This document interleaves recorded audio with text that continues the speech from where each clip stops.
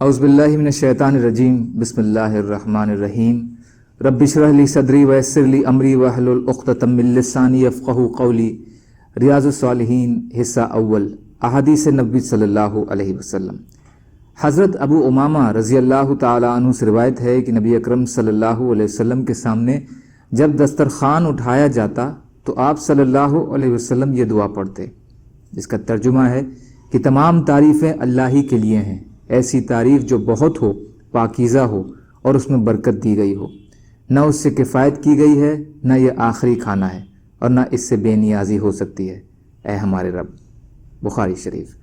فائدہ: ہم نے کھانا تو کھا لیا، لیکن یہ اتنا کافی نہیں ہے کہ اس کے بعد ہمیں اس کی اور ضرورت نہ رہے، بلکہ اے رب ہمیں تیرے رزق کی ہر وقت ضرورت ہے۔ ولا معدعی، یہ وداع سے ہے، یعنی یہ ہمارا آخری کھانا نہیں ہے اور نہ ہم اس سے کبھی بے نیاز ہو سکتے ہیں۔ مائدہ کے معنی بقیہ کھانے یا مطلق کھانے سے یا کھانے کے برتن کے ہیں۔ اردو کے دسترخوان میں بھی یہ سارے مطلب آ جاتے ہیں۔ کھانے کے آخر میں اس دعائے معصورہ کے ذریعے اللہ کی حمد کر لینی مسنون اور مستحب ہے۔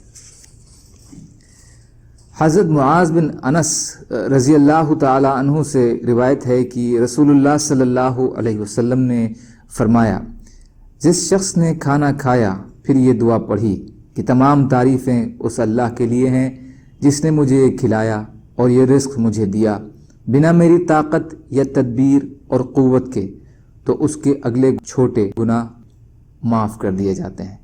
ابو داؤد، ترمذی۔ یہ حدیث حسن ہے۔ فائدہ: اس میں کھانے کے آخر میں اللہ کی حمد و ثنا بیان کرنے کا نتیجہ اور ثواب بتلایا گیا ہے کہ اس سے پچھلے چھوٹے گناہ معاف کر دیے جاتے ہیں۔ اللہ تعالیٰ کہنے سننے اور مظلوم کشمیریوں، فلسطینیوں اور دیگر ممالکوں میں جہاں بھی مسلمان پریشان حال ہیں، یا اللہ آپ ان کی مدد فرمائیے اور ہم کو بھی اپنی استطاعت کے بقدر اپنا حق ادا کرنے والے بنائیے، آمین۔